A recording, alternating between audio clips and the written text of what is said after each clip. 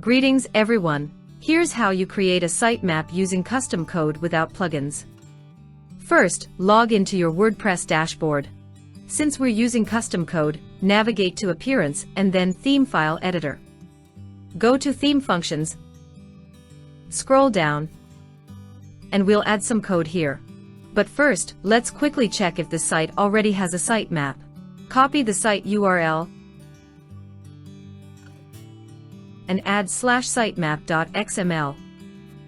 So there is no sitemap on this site, and is redirecting. You might see page not found or 404 error.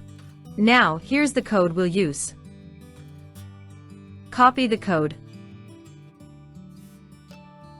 and paste it to Theme Functions. Update file. So it is done. Now, let's check if the sitemap is working. Go to site URL, sitemap.xml. So here is the sitemap.